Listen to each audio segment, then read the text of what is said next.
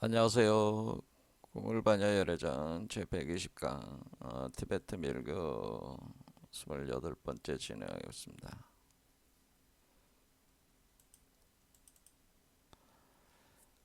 티베트 밀교의 수행 체계를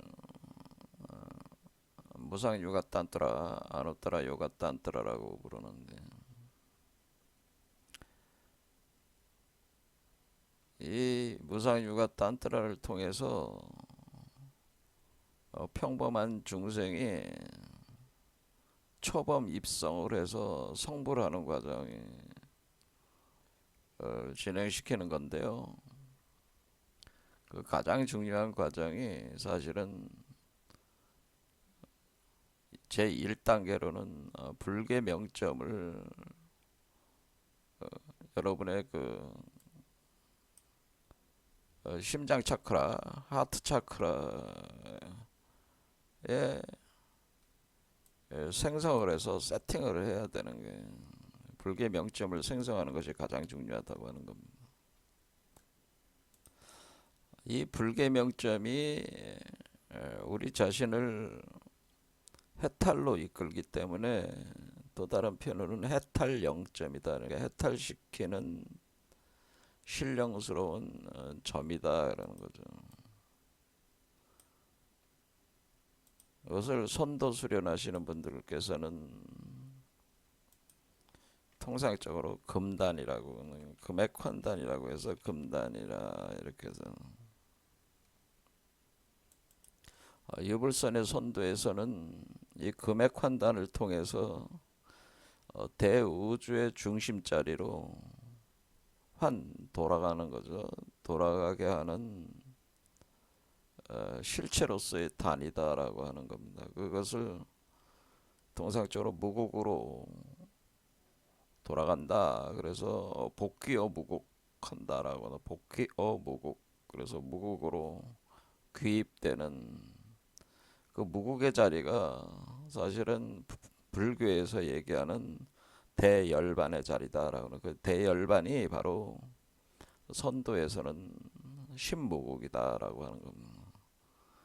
그럼 우리 선조들께서는 어떻게 요거를 이해를 했냐면은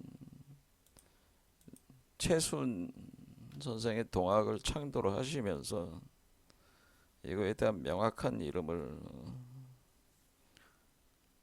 우리 한국의 독자적인 사유체계에서 이름을 붙이게 되는데요. 궁울영부라고 하는 겁니다. 이게 바로 궁울영부다라고 하는 겁니다. 바로 이 궁울영부를 영부가 단군 신화에 보면은 환웅을 통해서 이 세계를 홍익인간 시키기 위해서 환웅에게 줘가지고 이 세계로 들어오게 한 거죠. 그렇게 들어올 때에 환인으로부터 받아서 들고 오는 그 신물이 있는데 그것이 있어야지만 이 홍익인간을 할 수가 있는데 그거를 천부인이라고 한 거죠. 천부인. 그래서 사실 궁울영부가 천부인이라고 하는 거는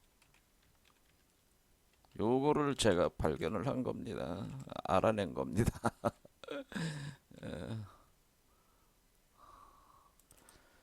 바로 환인이 환웅에게 주어서 내려오게 한 게 바로 천부인. 그 천부인이 바로 궁울영부라고 하는. 처음에는 천부삼인이라고 표현이 되는 천부삼인. 천부삼인이 바로 천부인인데요. 그때는 거죠. 바로 홍익인간을 하기 위해서 널리 인간을 이롭게 한다고 하는 것은 뭐 부귀영화를 넘친 만큼 준다. 뭐 이런 게 홍익인간이라기보다는 홍익인간의 핵심은 뭐냐면은 인간에게 진정한 이로움은 뭐예요?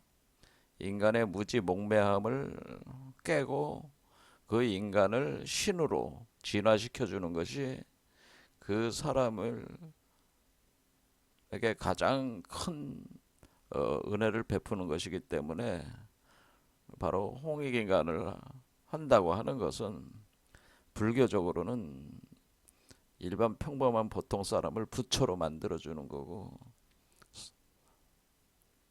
선도에서는 신선으로 만들어주는 거예요. 기독교에서로 보면은 그리스도화 시켜주는 거죠. 근데 그거를 하려면은 천부인이라는 거를 그 사람에게 천부인이라는 것을 그 사람이 보유할 수 있게 해줘야 된다.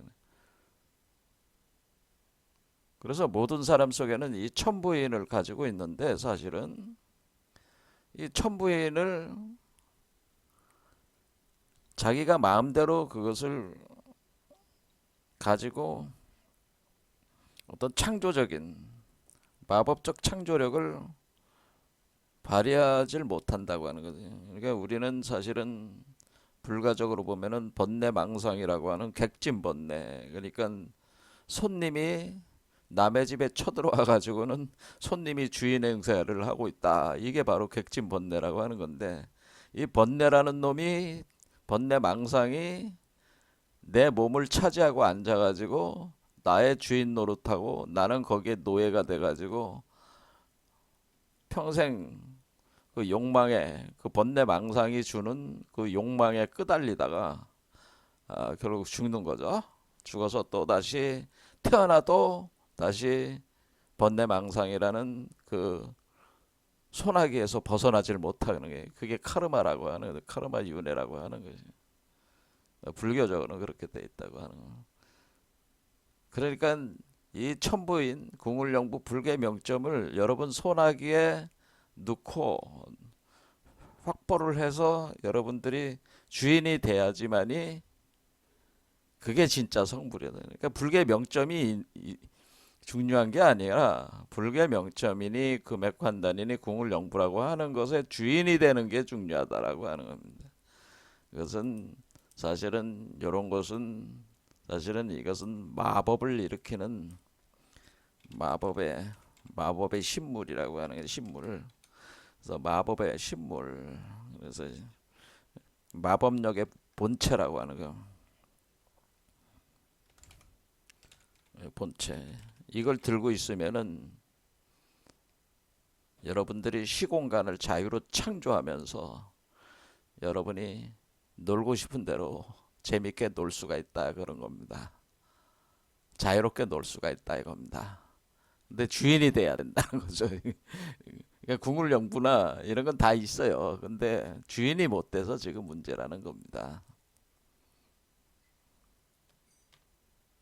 자, 그래서 1단계는 뭐 불교만 그런 게 아니고 선도도 그렇고 유불선이라든가 뭐 우리 한국의 그 사상도 그렇고 제일 먼저 중요한 거는 여러분 몸 안에 사실상에 여러분 몸 안에서 이미 간직하고 있는 부처의 종자, 이게 부처의 종자인데 이 불계 명점을 먼저 생성시켜야 되는, 가지고는 있는데 손아귀에 넣을 수 있는 형태로 그것을 만들어야 되는, 그러니까 제조 작업이 필요하다고 하는 거죠. 제조 작업. 그러니까 불계 명점 제조 작업을 해야 된다라고 하는.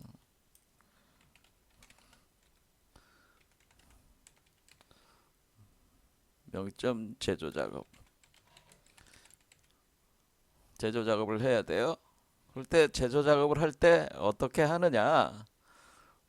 이게 사람들이, 옛 사람들은 이게 이제 이게 금액 환단이라고 하는 거니까 불로 영단이니까 이 금액 환단은 그 다른 말로는 이쪽 서양의 연금술로는 현자의 돌이라고 하는 거거든요. 이 현자의 돌. 그래서 현자의 돌이기 때문에 여러분들이 뭐 해리포터 시리즈 봤으면은 제일 첫 번째 나온 게 뭐예요? 마법사의 돌이잖아요. 그래서 마법사의 돌. 그러니까 여러분들이 마법사가 되는 거라 그러죠. 마법의 주인이 되는 거거든요. 근데 그러려면 현자의 돌을 가지고 있으면 모든 질병을 치유를 할 수가 있고 시공간을 자유제로 운행을 하면서 그리고 죽지 않을 수 있는 불사영생도 할 수가 있고 그런 다양한 엄청난 신물이다 보니까 보통 공부 좀 한다고 하시는 분들은 다 뭐야? 세상의 부귀 영화를 쫓질 않고 뭐 하는데 이 현재도를 만드는데 평생을 바쳤다라는 거예요. 현재도 평생을 바친다. 그래서 그 흔적이 현재도를 만드는 작업을 이 연금술이라고 하는 거예요. 연금술. 그게 알케미라고 하는 거예요. 그리고 동양에서는 이걸 뭐 불로영단 만드는 이게 불로영단이라고 하는 겁니다. 불로영단을 만들 때 요거를 신선들이 불로영단을 만드는 작업을 할 때 각종 화로라든가 기구 장치들을 만들어 가지고 그러니까 이제 아주 신령스러운 어떤 그런 산이나 계곡에 가면 약초들이 있어요. 약초나 여러 가지 그 물질들을 채취를 해가지고 나름대로 짱구들을 굴려가지고 불로영단이라는 걸 만드는데 이 불로명단 우리가 여러분들이 뭐 약을 먹으면 약이 동글동글한 그 환처럼 돼 있잖아요. 동글동글한 그것처럼 그렇게 약을 만드는 거죠. 그 약이 되는 거죠. 불로영단이라고 하는 것이. 그래서 이거를 먹는데 이게 이 방법이 뭐예요? 이게 방사들이 돼서 방사술사라 뭐 이렇게 표현을 하는 거죠. 동양에서는. 근데 방사나 술사들이 이렇게 만들어 가지고 이렇게 하는 거를 어디서 만드는? 근데 자기들이 이제 이게 제조를 해야 되니까 여러분들이 이게 이제 기계 장치도 만들고 기계 장치 도구 뭐 물질을 채취하고 뭐 그런 아주 비싼 아주 필요한 거는 맞아 엄청난 돈을 주고 또 사요 뭐 해가지고 이런 거를 만들어 가지고 이걸 이제는 화로를 만들어 가지고 그 화로의 이름이 뭐라 그랬어요? 그래서 우리 동양에서는 팔게로라고 하고 서양에서는 아타노로라고 하는 아타노로 노가 있죠 불을 넣어 가지고 이걸 합성해 내야 되니까. 그러다 보니까 서양에서는 화학 같은 것이 이 연금술을 통해서 발전을 한 것이다. 원래 그 여러분들이 알고 있는 뉴턴 있잖아요. 뉴턴도 연금술사였어요. 연금, 연금, 연금술사예요. 그 양반도. 연금술에 대해서 관심이 굉장히 깊이 가지고 연금술 연구를 많이 했어요. 뉴턴도. 그러니까 현대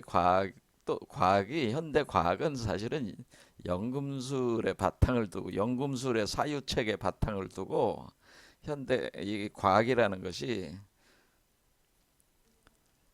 또 성장을 하는 하나의 기반 중에 하나가 바로 이런 연금술적 사유라고 하는 겁니다. 연금술을. 자, 이런 거는 그런데 다 뭐예요? 다 이게 몸 밖에서 만드는 거잖아요. 이거 지금 이걸 몸 밖에서 여러분의 몸 밖에서 기계 장치를 가지고 만드는 거잖아요. 그러니까 이걸 외단이라고 하는 겁니다. 외단법. 그래서 몸 밖에서 외단법으로 그러니까 몸 밖에서 다양한 기구들을 사용을 해가지고 만든다. 그래 외단법이다라고 하는 겁니다. 그래가지고 여기서 만들어가지고 뭐 방사나 술사들이 만들면은 효과가 엄청나다. 그러면은 뭐야 귀족이나 황제들이 뭐해? 뭐 오래 살고 싶잖아요. 그럼 그거 사다가 그거 먹는 거야. 근데 그게 사실 뭐야? 다 독덩어리야. 독이야. 그래서 옛날 그 황제들이나 그 귀족들이 갑자기 죽는 경우가 많이 있다. 성질이 포악해지고. 진시황제 같은 경우가 이제 그 한무제 진시황제 같은 사람들이 그런 약을 먹다가 이게 여기서 외단법으로 만들어낸 약들을 먹다가 이게 독덩어리인데 거기다 수은도 들어가고 납도 들어가니까 얼마나 큰 독이겠어. 그거 먹으니까 사람이 성격들이 괴팍해지고 정신 이상자들이 되는 거라 그러니. 그러니까 그 폐해가 너무 심해진 거죠. 그래서 이제는 이 사고가 이게 서양권이나 이 동양권도 거의 사고가 비슷하게 가는데 10한 6 그 10한 그 10세기 정도 뭐 이 정도 이렇게 오면은 시절이 흘러가면서 아무리 만들어도 이게 안 만들어지거든. 안 만들어지는 거야. 이게 불교 명점 현자의 돌 불로 영단이 아무리 밖에서 기계를 아무리 좋은 거 갖다 놓고 온갖 좋은 약재들을 갖다가 써도 이게 잘 안 만들어져. 그러니까 이제는 여기서 야 뭔가 우리가 뭔가 잘못 이해를 한 것 같다 이렇게 생각을 하는 거예요.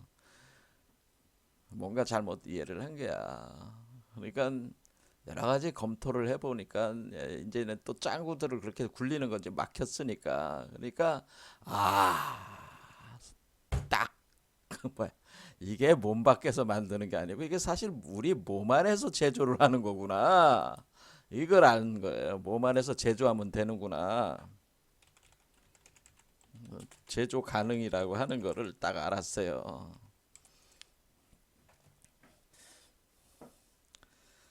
그것도 이제 서양권에서는 좀 늦었고 동양권에서 좀 빨리 알았어요. 여동빈 때 와가지고 그때 여동빈 스승이 있는데 스승하고 같이 배울 때 이게 몸 안에서 제조 가능하다. 그때 당나라 시대네. 당나라 때 당송 시대 들어오면서 이제 이때 이제는 몸 안에서 제조가 가능한 내단법을 해야 되는구나 하는 걸 알았어요. 그러니까 우리 여러분 몸에서 그러니까 여러분 몸에서 제가 왜 이런 얘기를 장황하게 들어놓냐면은 여러분 몸에서 불계 명점이나 불로 영단, 금울 영부 현자의 돌이라고 하는 것은 이 내단이라고 하는 것은 우리 몸 안에서 제조할 수 있다. 아, 이거를 제가 말씀드리기 위해서 강조하기 위해서 지금 설명을 이제 계속 한 거죠. 그러니까 여러분 몸 안에서 만드는 거니까 뭐야?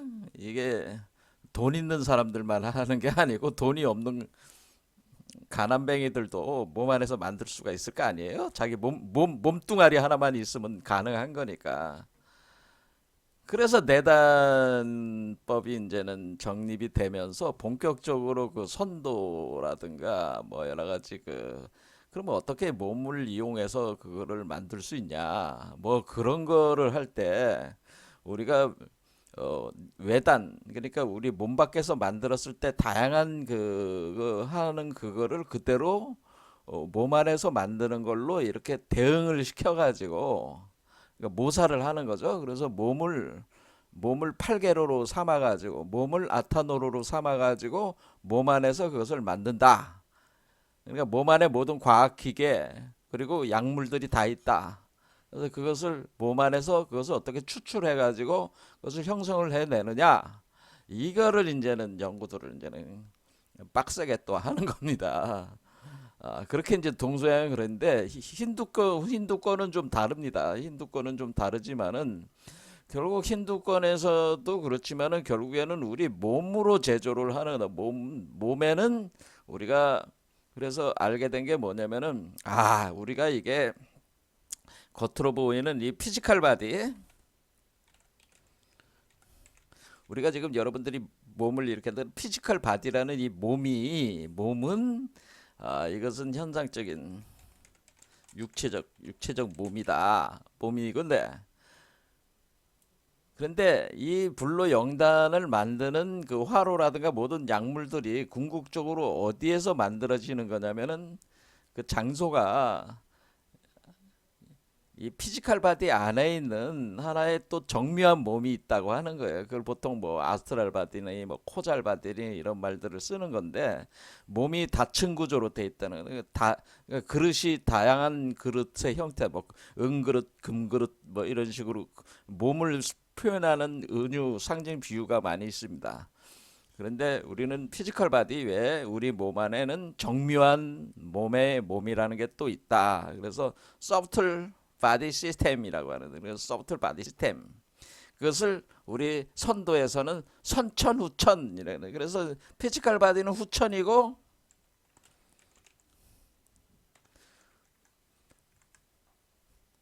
여러분의 부모로부터 몸을 받아서 나온 몸이 지금 후천의 몸이고, 여러분이 부모로부터 태어나기 전에 여러분의 몸이 있는데 그 몸을 선천 몸이라고 하는 선천.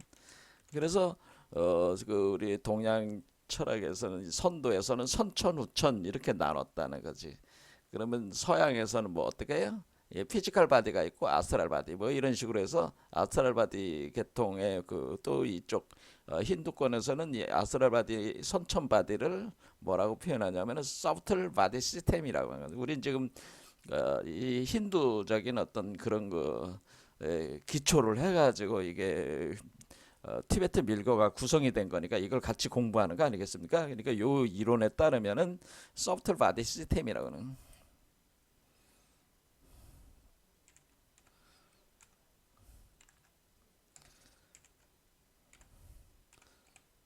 소프트 바디 시스템. 소프트 바디 시스템이라고 해서 소프트리라는 게 이제는 그 정묘하다라는 뜻, 정묘하다라고 하는 뜻이 또 미세하다, 정묘하다, 아주 정묘한 몸이 있다라는 정묘하다라고 하는 정묘한 몸이 있는데 아주 정묘라고 합니다. 정묘한 몸이 있다라고 하는. 근데 몸이 있으면은 여러분들이 그 피지컬 바디에 혈관도 있고 뭐 각종 장기도 있고 뭐 다 있잖아요. 있듯이 그 정묘한 몸에서 중요하게 보는 거는 그 혈관이나 림프관처럼 이 맥도 관맥이 있다고 하는 거죠. 그래 그 관맥을 사용을 해서 수행을 한다고 하는 겁니다. 그 정묘한 몸을 구성하고 있는. 그런데 그거를 우리 그 동양에서는 뭐 십이경락이다.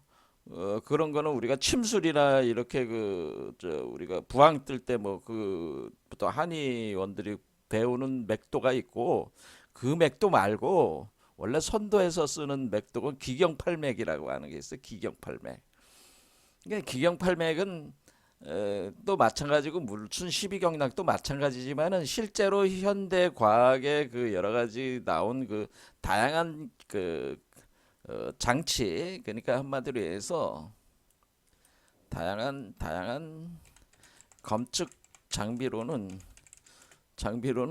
그러니까 검측할 거 아니에요. 이게 실제로 여기 보면은 뭐 이 양맥과 음맥이 있어가지고 뭐 라사나 랄라나 뭐 티베트 밀교에서는 근데 이쪽 여기 그 힌두권에서는 뭐 핑갈라 이다 뭐 그다음에 가운데 슈숨나 이렇게 되는 거니까 이 나디 이 맥도들 그리고 이 맥도들의 또 연결되어 있는 게 7만 2천 개가 있고 또 그 맥도에서 극미세하게 연결되어 있는 것이 또 수백만 개의 그 미세관들이 있는데 혈관처럼 돼 있다는 거죠. 근데 이런 거를 검측 장비로 검측이 안 돼.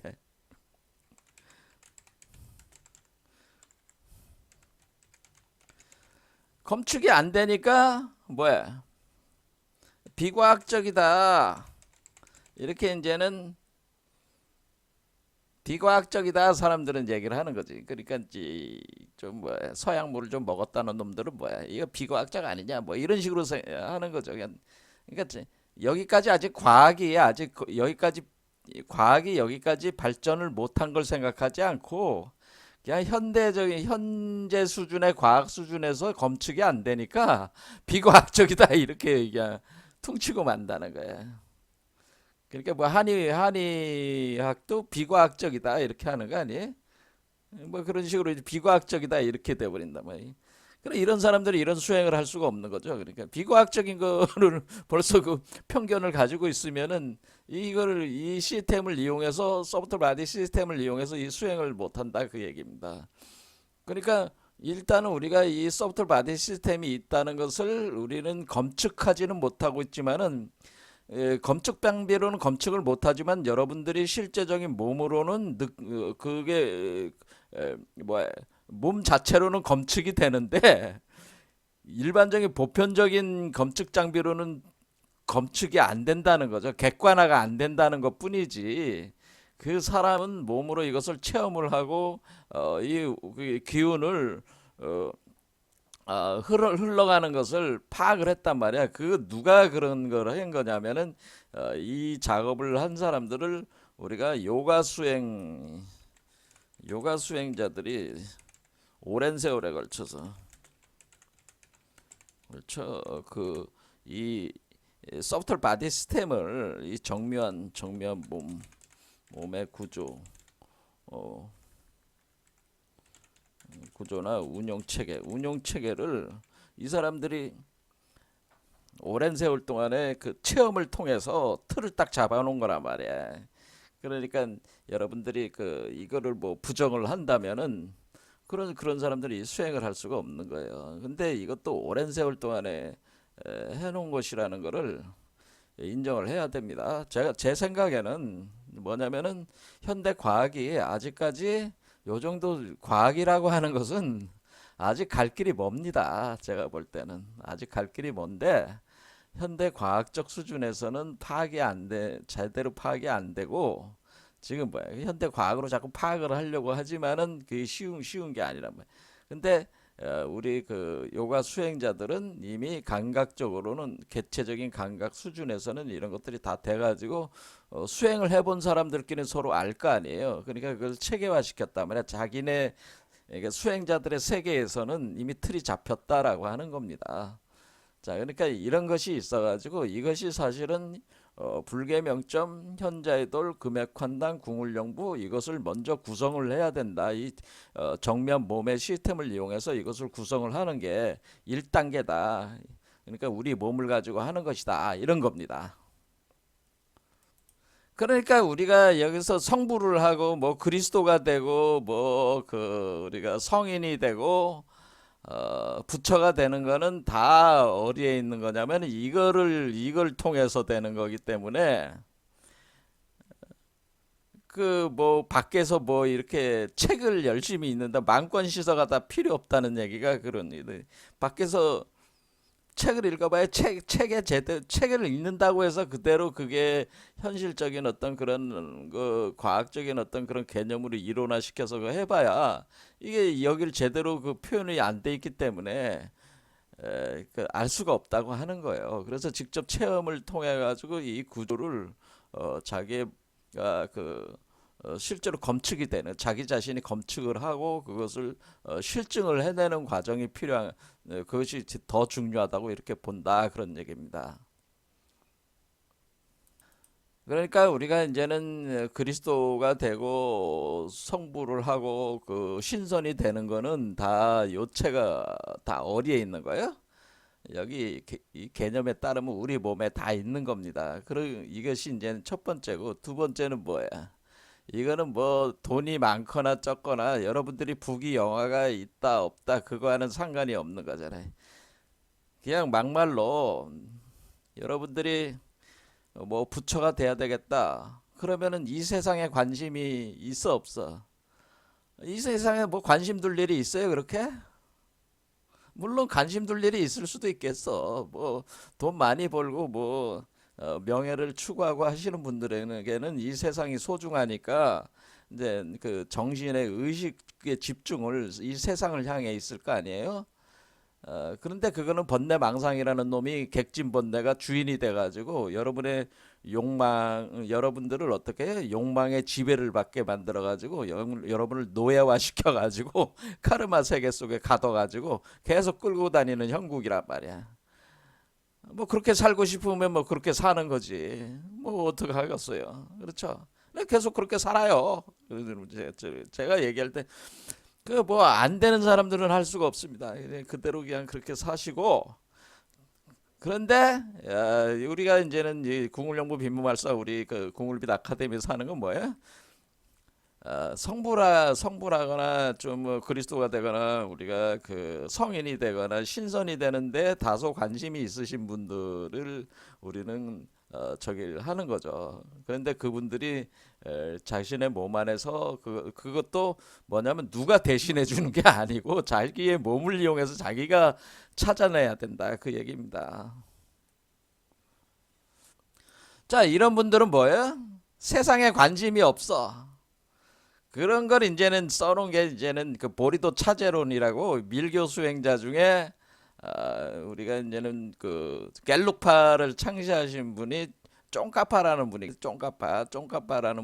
계신데, 자, 지난 시간에 뭐 밀라레빠에 대해서 설명을 좀 했으니까 이제 쫑카파를 좀 봅시다. 쫑카파라는 분이 갤로파의 창시자 황모파, 그러니까 이렇게 생기셨는데 그림에 이분이 그 티베트 밀교의 가장 위대한 인물 중에, 그러니까 처음에 우리가 그 이 티베트 밀교 강의를 할 때 처음 도입한 사람이 누구였어요? 빠드마 삼바바였잖아요.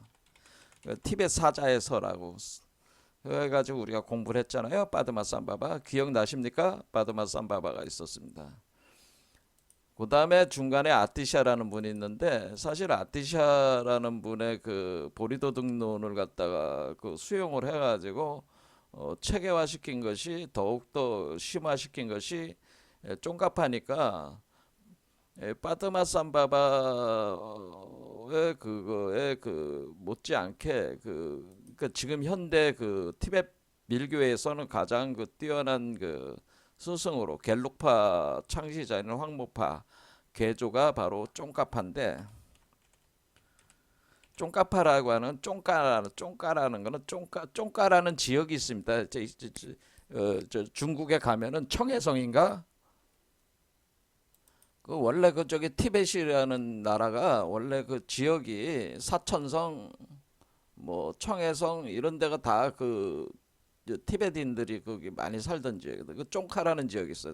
청해성이 중국 그쪽 땅이 아니었고 거기에 원래 그 티벳 사람들이 많이 살던, 거기 있던 이 양반이 그 티벳으로 와가지고 티벳 사람이니까 와서 이제는 공부를 해가지고 이제는 엄청난 경지에 도달을 하신 거죠.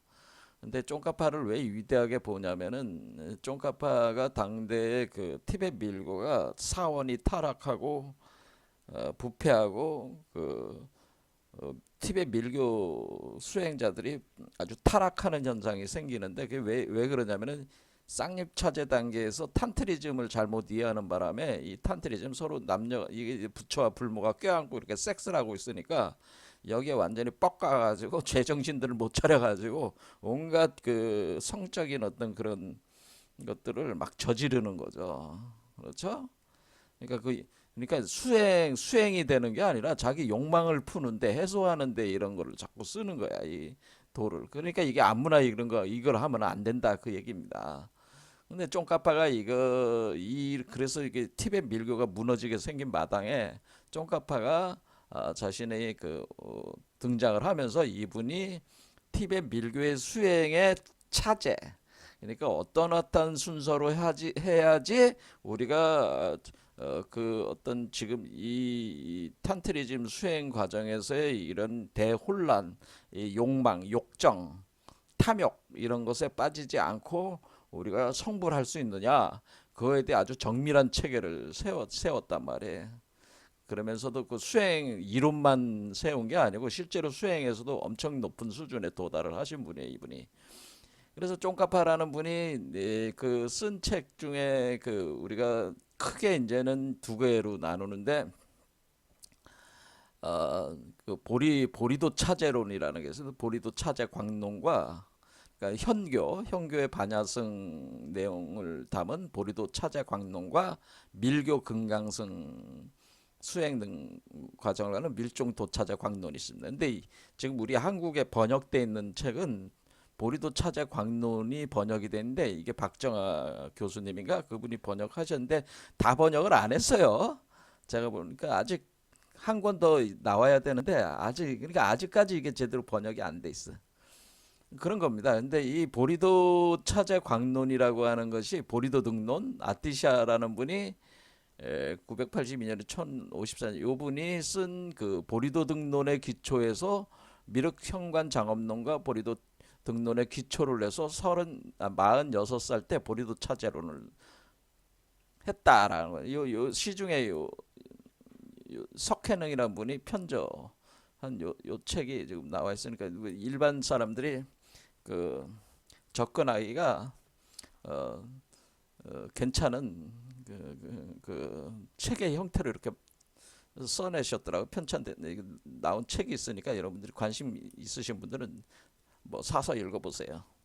자, 여기 보면은 이제는 우리가 수행 원리가 하사도, 중사도, 상사도에서 우리 뭐 동양 우리 이쪽 우리 중국이나 우리 한국 입장에 보면은 하근기자들, 중근기들 이 근기에 따라서 나눴다고 생각하면 됩니다. 근기에 따라서 나눴다고 생각하면 되는데 이 중사도부터 뭐가 이제 나오는 거냐면 이제 중근기자들부터는 이 세상을 떠나야 된다는 거, 떠나야 된다. 그러니까 염리 출리해야 된다는 거네. 염리라는 건 이 세상에 대한 염증. 아, 뭐 인생 살아봐야 뭐 볼 거 있어. 뭐 이런 거죠. 인생 살아봐야 뭐 거기서 거기잖아 이제는. 그동안 너무 윤회놀이 많이 했잖아. 뭐 그런 거예요. 그동안 윤회 환생하면서 체험할 만큼 체험해봤잖아. 이제 여기 사는 것도 아주 지겨워. 뭐 그런 식의 그게 염리가 뭐예요? 짜증이 나는 거지. 이 세계에 존재하는 게 카르마에 이렇게 갇혀 사는 게 이제 짜증이 나는 거야. 화가 나는 거야. 그럼 뭐야? 아, 이 세상에서 이제 떠나야지. 아유, 지겨워. 떠나야지. 이제 그런 마음이 그 출리라고 그래. 그런데 떠나야지가 출리야. 염증이 나는 건 염리고 염증을 내고 떠나려고 하는 게 염리고 출리는 실제로 나가는 출리 떠나는 거예요. 떠난다는 거는 몸이 떠나는 게 아니라 마음이 떠난 거지. 이 세상에 대해서 더 이상 관심이 없어. 재미가 없어. 너무 윤회환생하면서 맨날 똑같은 짓 하니까 아주 그냥 지겨워 이제는. 그래 떠나고 싶다. 그래서 이런 사람들은 어때요? 이 상근 기자들 오면은 세상에 관심이 없어. 은둔자들이 될 수밖에 없는, 은둔 수행자들이 될 수밖에 없는 거 아니겠습니까? 그래서 그 사람들이 해야 될 수행 내용들을 쭉 그 형교부터 먼저 틀을 잡고 그다음 밀교 수행을 해야 된다 하면서 먼저 형교에서 염려 출리심이 없는 사람들은 수행하지 마라 그런 겁니다. 그러니까 이 세상이 아주 짜증나고 떠나고 싶은 마음이 일어나지 않는 사람은 수행할 필요도 없어. 솔직한 얘기로. 그거는 하사도 수행이나 해. 그냥 이 세상에 잘 먹고 잘 살면서 그러니까 적당하게 복 짓는 짓이나 좀 하다가 살다가 죽으면 돼. 뭐 다시 태어나. 그렇게 살아. 뭐 그런 게 이제는 하사도 길이고 세속의 길이라고 그래. 중사도는 아란의 길이라고 그래서 지금 얘기한 대로 염리출리심에 기초해 가지고 어떻게든 이 세상에 벗어나 보려고 그냥 혼자서 발버둥 치는 것이 이것이 중사도의 길이에요. 자, 요 정도 급은 돼야지 상사도로 넘어간다. 상사도는 뭐냐면은 내가 이 세상이 아주 짜증나고 그냥 신경질 나고 화딱지가 나가지고 이 세계에 더 이상 갇혀가지고 내가 맨날 여기 갇혀서 이렇게 살아야겠어. 이거를 이 카르마를 부숴서 나가야 되겠어. 분노가 일어나는 거지. 그래서 분노가 일어나서 나갔어. 근데 그건 자기 혼자 구원받는 거지. 자기 혼자 부처가 되는 거지. 일반 사람들하고 무슨 상관이 있어요? 그러니까 우리 그 일반 사람들이 생각하기에는 뭐 산속에 들어가서 뭐 연불 외우고 뭐 돛 닦고 뭐 이렇게 한다는 그런 사람들은 아 그놈 아들도 뭐 지들이 뭐 깨달음을 얻어가지고 지들 편하자고 거기 들어가서 그 짓 하고 있는 거지 뭐 그 저기 뭐 그 우리 그 저기 신자들이 바치는 그 돈이나 받아 처먹으면서 앉아가지고 그 짓거리를 하고 있다.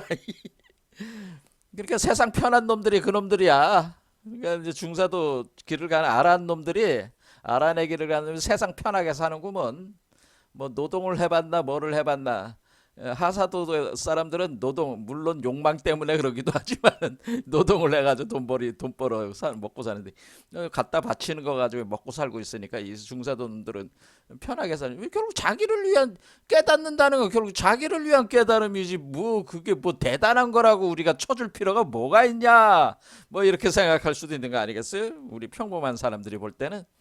저 같은 경우는 이제 젊은 시절에 그런 생각을 한 거예요. 아니 뭐 산속에 들어가서 뭐 돌을 닦느니 뭐 교회에서 뭐 신부들이 결혼도 안 하고 신부 수녀들이 결혼 안 하고 뭐 그렇게 그게 뭐 세상을 위해서 하는 것도 아니고 뭐 지들 위해서 하는 거 아니에요? 지들 위해서? 그런 거니까 뭐 그런 거에 대해서 무슨 가치를 높이 평가해 줄 필요가 있어? 그 사람들 앞에 왔다고 해서 내가 머리를 숙여야 돼? 그놈들도 욕심이 많기는 똑같아. 뭐에 대한 욕심? 이 도에 대해서 욕심이 많은 거야. 그 도에 대한 집착을 못 버려. 이게 중사도가 아라한들이 그렇다고 하는 거예요. 근데 진짜 깨달음은 어떤 거냐면 보살의 길을 가는 게 진짜 깨달음이라는 거지. 이게 보살이라는 뭐냐면은 아라한 길을 가고 보니까 결국에는 세속의 길이나 아란의 길이 동전의 양면과 같다는 사실을 깨닫는 거야. 그래서 아란의 길과 세속의 길이 동시 공존하면서 살아가는. 그러니까 세속의 길이 싫다고 떠나는 것도 아니고 아란 길이 좋다고 머물려고만 하는 것도 아니고 그것을 뭐예요? 균형감 있게 가져가면서 상구벌이 하와 중생하는 게 이게 보살의 길이다. 그래서 보살이 되기 위해서는 또 다른 수준의 그 의식의 발전이 있어야 된다. 아란 수준의 의식으로는 우리가 보살의 경제, 왜냐면 아라는 이기적이고 개인적이고 개인 구원을 추구하는 거고 보살의 길은 뭐예요? 사회 구원, 인류 구원, 우주 구원 뭐 이런 것까지 이제 추구하는 거니까 벌써 이게 기본 자세가 틀린 거잖아요. 그러니까 기본 자세가 안 되면은 그러니까 뭐 보살의 길을 가려면은 그러니까 아란의 길을 가려면은 보살의 길을 가는 중에 아란의 길을 가게 되는 것이니까 일단은 보살의 길에 대해서 확립이 돼 있어야지 세속의 길도 가고 아란의 길도 가고 보살의 길도 가서 한 큐에 꿰뚫는다 뭐 그런 거야. 그래서 상사도의 길이 제일 저기 높은 수준인데 이거는 나중에 좀 더 얘기하기로 하고 어쨌든 여기서 이게 얘기하는 건 뭐예요? 염리 출리심이 있어야 돼. 있다는 중사도적인 마음이 있어야지 이게 떠나는 마음이 있어야 된다 그런 겁니다. 자, 그러면 이게 여러분들이 수행을 한다고 하는 것은 이 세상을 일단은 떠나서 일단 나부터 구원하고 뭐 남을 구원하겠다 뭐 그런 생각도 초기 단계에서 뭐 가질 수 있는 생각이니까 그런 생각을 가지고 뭐 한다. 그러면은 떠나게 되면은 뭐야? 그런 사람들은 뭐야? 솔직히 뭐 사원에 들어가서 편안하게 뭐 남들이 갖다 바치는 뭐 곡물들 먹어 치우면서 뭐 편안하게 세상 편한 놈들이 그런 놈들밖에 없어. 솔직한 얘기로 제가 볼 때는 제가 스님들 보면은 난 부러워 죽겠어. 에? 그냥 앉아서 그냥 남이 갖다 바치는 거나 그 떡적떡적 받아 처먹으면서 도만 닦을 수 있으니까 얼마나 속 편해. 나는 맨날 이게 유튜브 하면서 아주 죽겠는데 뭐 이런 거예요. 그런데 진짜 염리출리심이 있는 사람들은 뭐야? 그렇게 뭐 많이 먹는 것도 아니고 싸는 것도 아니니까 뭐야? 솔직히 얘기해서 뭐 한 달이면 뭐 한 열흘만 일하고 나머지 20일은 도 닦으면 되는 거니까 세상에 대한 관심이 없단 말이야. 그러니까 여러분들은 어때? 세상의 부귀영화를 추구하는 세속의 길에 대한 관심을 일단은 끊으셔야지. 이게 이제는 우리 티베트 밀교 체계에서 이 확립을 해놓은 쫑카파의 견해입니다. 일단 염리출리심이 돼야지 문 닦는다고 하는 거니까 그 정도 수준은 돼야 된다. 이 세상에 대한 관심을 끊어라. 세상에 돈 벌고 부귀 영화 추구하는 일은 이제 그만 좀 해라. 그런 얘기입니다. 그러면은 우리가 굳이 뭐 돈 벌고 뭐 부귀 영화를 추구하기 위해서 그 발버둥 칠 일이 없으면은 사실 세상 한가한 거잖아요. 뭐 할 일도 없잖아. 그렇잖아요. 부귀 영화 추구하는 일을 멈춰버리면 할 일이 없어. 그럼 뭐 남은 시간에 뭐 하라는 거야? 돈아 닦아라 그런 얘기입니다. 그렇죠. 그럼 뭐 아까 얘기했듯이 한 30일이 뭐 한 달이면 거기서 한뭐 5일만 일해도 돼. 그러면서 그럼 하루 일해서 한번 10만 원 받으면 한 50만 원 있으면 한 달 살아. 그런 사람들은 그냥 입에 풀칠하면서 풀칠만 하면서 도만 닦으면 되니까 뭐 이런 식으로 생각을 할 수가 있는. 왜? 이 얘기하는 건 뭐예요? 돛 닦는 데는 부귀 영화가 필요가 없다는 거야. 오히려 부귀 영화를 추구하게 되면은 돛 닦는 장애가 된다는 거죠. 그래서 뭐 기독교에서는 뭐 부자가 낙타가 바늘구멍 통과하듯이 통과하는 게 부자가 천국 드는 것보다 천국 드는 것이 낙타가 바늘구멍 통과하는 것보다 어렵다. 뭐 그런 표현을 하지만 또 다른 의미가 있습니다. 그게 어쨌든 간에 이게 우리가 그 세상에 대한 부귀영화에 대한 관심을 끊어야 된다. 떠나야 된다. 그겁니다. 그렇게 해놓고 보면은 세상 한가 세상 한가하게 되고 한가하니까 뭐게 돼요? 알고 보니까 내 몸속에 모든 게 다 있더라. 내가 수행할 수 있는 모든 게 다 있더라. 그러니까 세상이 뭐 세상에서 뭐 찾을 게 없구나, 더 이상. 그냥 띵가띵가 하면서 놀면서 살아도 되는구나, 편하게. 이렇게 생각할 수도 있다고 하는 거예요. 동의하기 어려우시다면 뭐 할 수 없지만은, 뭐 이걸 가리킨 거지, 이걸. 자, 그래서 우리가 그러면 수행하기 위해서 그러면은 뭐예요? 이제 공부를 해야 되는데 이 소프트 바디 시스템을 가지고 이제는 이것을 한다 그런 얘기입니다. 자, 그러면은 오늘 이제 중요한 포인트를 하나 이제는 알려드리겠습니다. 일단은 불교 명점을 만들려면은 불교 명점의 개념은 뭐냐면은 불교 명점 그걸 어떻게 만들어요? 이렇게 할 때 일단은 개념적으로 먼저 하는 불교 명점은 우리 선천의 몸은 우리 제가 방금 얘기했잖아요. 소프트 바디 시스템에서의 운영 구조는 우리가 태극 있잖아요. 여러분들이 태극을 우리 동양의 태극을 이렇게 키워놓은 거라고 생각하시면 돼요. 이렇게 딱 이렇게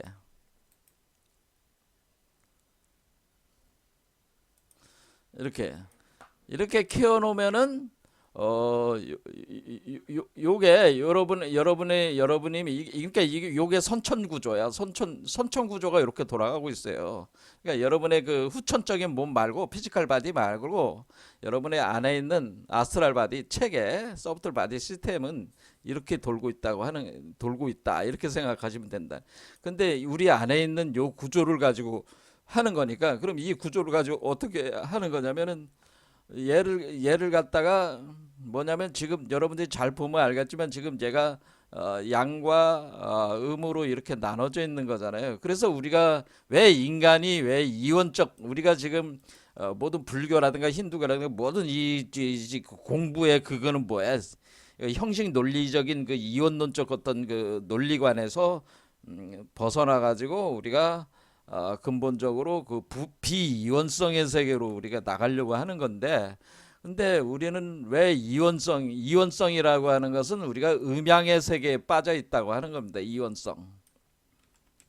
왜 음양 두 개로 주객과 주객이 분리가 돼 있고 선악이 분리가 돼 있고 삶과 죽음의 세계가 분리가 돼 있어. 그러니까 내가 마음대로 내 몸이 안 움직인다는 건 뭐예요? 몸의 세계와 마음의 세계가 분리가 돼 있어서 그래. 그러니까 우리 모든 그 인간이 사는 지금 우리 현상계는 이원성이 분리가 돼 있는 체계의 구조를 가지고 있기 때문에 여러분들이 이원성적인 구조 안에서 모든 사유를 다 그러니까 이것을 우리가 칸트식으로 얘기하자면은 이것을 선험적 인식 구조가 이원성 구조라고 하는 거예요. 선험성 인식 구조 자체가 이원성이다. 이원적이다. 그러니까 모든 거를 이렇게 사고를 할 때 항상 이원적으로 생각하게 수밖에 없는 거다. 우리가 쓰는 말이라든가 그런 것도 다 이원성을 그 표현해주는 말로 다 구성이 돼 있어서 우리의 집단 무의식이라든가 집단 의식 뭐 모든 그 사회 그 모든 게 다 이원성적인 구조라 뭐 보수와 진보가 나눠져서 싸우고 뭐 이렇게 나눠져서 계속 나눠지고 분열되고 이런 게 서로 통함이 없는 거지. 근데 이걸 통하게 해야 되는 거야. 그러니까 잘 보면은 우리가 요것은 양이고 여기서는 음인데 잘 보면은 우리가 양 속에 음이 발동을 하고 있고 여기서부터 그러니까 여기서 이렇게 발동하는 건 뭐예요? 여기 양이 이렇게 자라나오는 동안에 음이 여기에 응축돼 있기 때문에 그 에너지가 응축되기 때문에 그럼 이렇게 또 자라는 거예요. 그러면 얘는 음이 자라는 중에 양이 또 응축이 된단 말이에요. 그래서 사실 이렇게 돌아가고 있는 거예요. 돌아가고 있어요.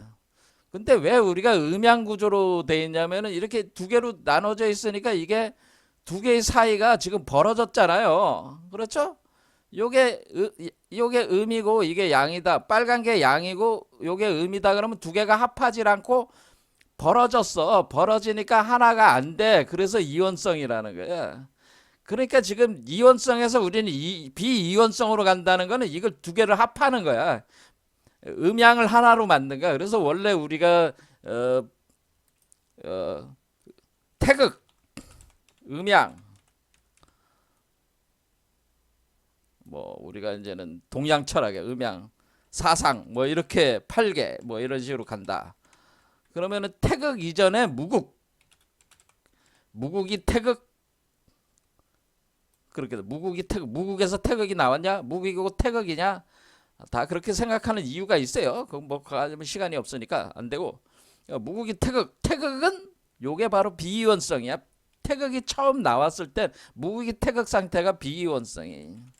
그런데 우리가 음양으로 나눠졌잖아요. 음양, 이게 이원성이지. 이렇게 나왔단 말이에요.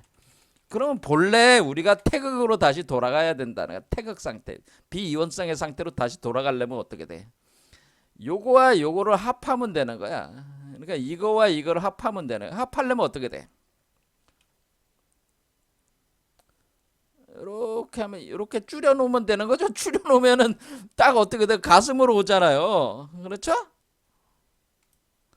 간단하지. 왜 가슴 차크라에 온다고 하냐면 여러분의 중심은 가슴이다. 이렇게 오는 거야. 그런데 이것이 나눠지는 게 아니라 하나가 돼 버리는 거니까 우리는 이걸 이제는 하나로 합해진 걸 제가 노란색으로 하겠습니다. 그럼 노란색은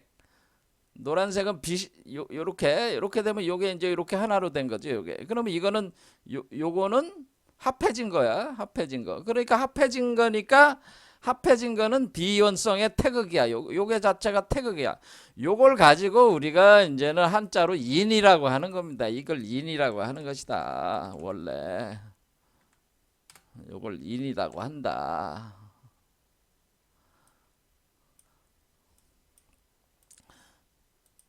우리가 천부삼인이라는 것도 뭐예요? 사실은 원래는 이렇게 하나인데 두 개로 나눠져 가지고 실체적으로는 한을 뭐 이렇게 그러니까 음과 양과 중, 음중양 이렇게 되는 거 아니겠어요? 이렇게 되는 거니까 요거로 다시 돌아가는 건데, 돌아가려면 요걸 하나로 합한다. 그렇게 할 때 우리가 처음에 현명, 여기 현명이라는 게 있습니다.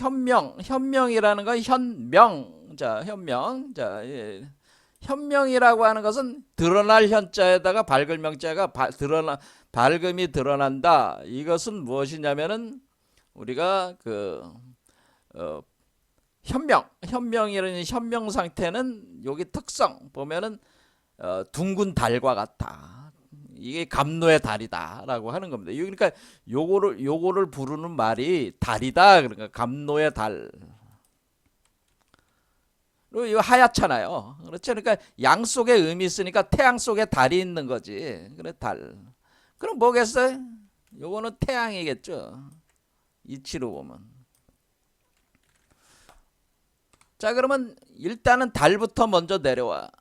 자, 그걸 현명이라고 하는 겁니다. 이게 현명은 상징적으로는 달, 만월, 가득 찬 달, 보름달, 감로의 달이라고 하기도 하고, 연꽃 또는 여인의 모습, 왼쪽, 밤, 하얀 보리섬, 백정이라는 건 하얀 정.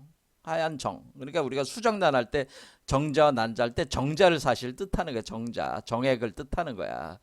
그러면 요것이 내려올 때 어떤 현상이 있냐면은 빛이 드러날 때 어떤 빛이 드러나냐면 등불처럼 등불 또는 촛불이 타오르면서 가을밤에 달빛이 비추는 것 같다. 이때가 가을밤에 달빛이 비치는 것 같아. 등불 또는 촛불이 타오르면서 가을밤에 달빛이 비추는 거예요. 그래서 위에서 달빛이 이렇게 비쳐 들어오는, 제가 위에서 이렇게 달빛을 이렇게 비쳐 들어온다 그랬잖아요.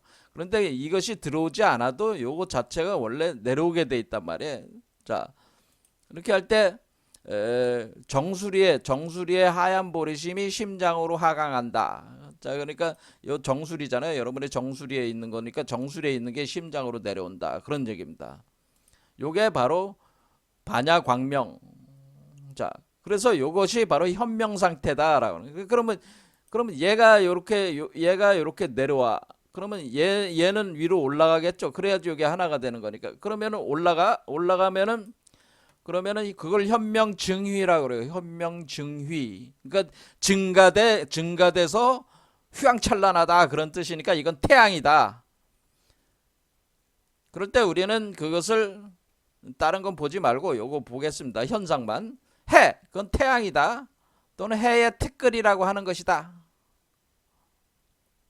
그것은 오고금강저, 우리가 상징으로는 오고금강저, 보배, 낫, 남자의 모습, 오른쪽,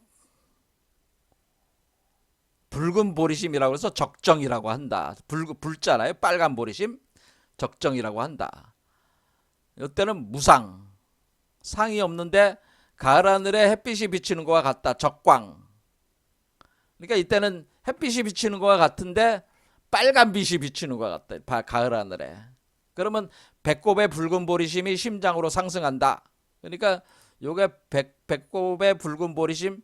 그러니까 이거는 흰 보리심, 붉은 보리심이 위로 상승하는 것 같다. 그래서 요 두 개가 이제는 현명 중위까지 오면은 요게 내려오고 요게 올라가는 거죠. 이렇게.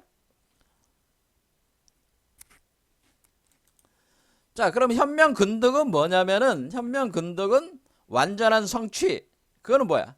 올라오고 내려왔으니까 내려가고 올라왔으니까 요게 형성돼. 요게 현명근덕이라는 거예요. 요게 현명근덕. 요게 딱 됐을 때 요게 하나로 합해져 있잖아요. 요 상태가 현명근덕이라는 건 현명에 가까운 득.